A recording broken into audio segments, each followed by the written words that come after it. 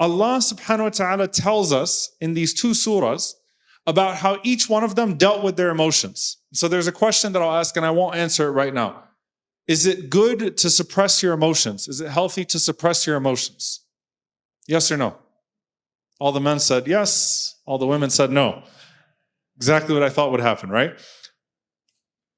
Pay attention, subhanAllah, to something very beautiful about these three men.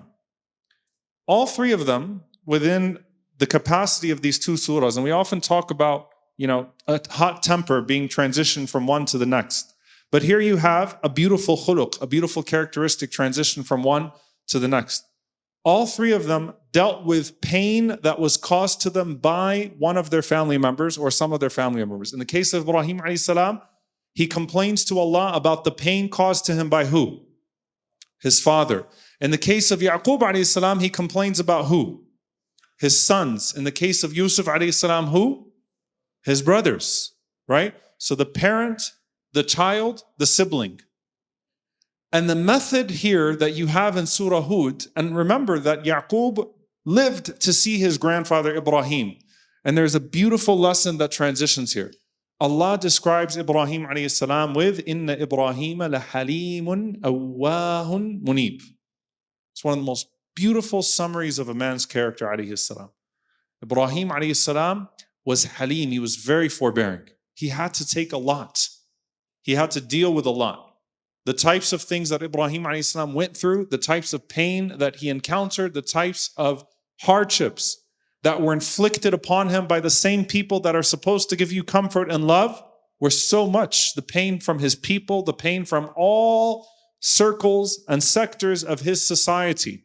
When he's thrown into that fire and Ibrahim looks around, he doesn't have a friend amongst the human beings. His only supporter is his wife Sarah. Lut alayhi salam has already moved on before that. So he's looking around and he sees nothing but insult and hatred and pain being inflicted upon him. Halim. He has to take a lot. But he was awwah. Allah describes him as someone who grieves, right? So we're talking about the intensity of emotion in the khutbah. He had a lot inside. He had a soft heart. SubhanAllah, this is of the mission of the prophets. They are a mercy in their prophethood. In the Prophet ﷺ, the last and final prophet is rahmatan lil alameen, a mercy to the world. لَعَلَّكَ بَاخِعٌ نَفْسَكَ عَلَى آثَارِهِمْ.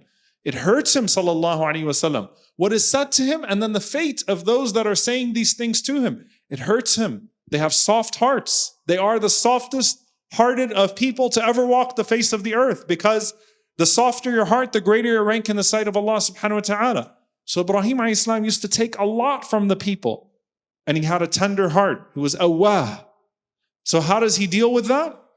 He's munib. He's turned back to Allah subhanahu wa ta'ala. Frequently turning back to Allah subhanahu wa ta'ala. Like if I could give you a visual of this ayah. Think about the first part. لَحَلِيمٌ. You imagine the people hurting him, yelling at him, and his ability to be patient with that. Awwah, when he's all alone and he is grieving and he is crying and he is feeling the pain of what is being done. Munib, turn back to Allah subhanahu wa ta'ala and funneling all of that into his ibadah, into his dua to Allah subhanahu wa ta'ala, into his supplication, into his prayer, into his worship. There's a method here. And you could see in Yaqub alayhi salam that he's halimun awwahun munib. And you could see in Yusuf alayhi salam that he's halimun awwahun munib. All three of those characteristics are demonstrated in their story.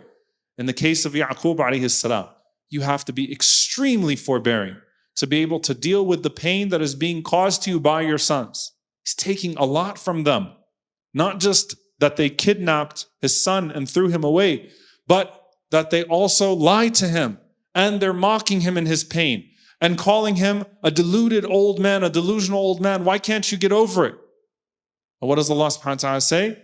That وَبْيَضَّتْ عَيْنَاهُ مِنَ الْحُزُنِ فَهُوَ كَظِيمٌ. He cried himself blind. إِنَّمَا أَشْكُو بَثِّي وَحُزْنِي إِلَى اللَّهِ. Crying to Allah subhanahu wa ta'ala, awah.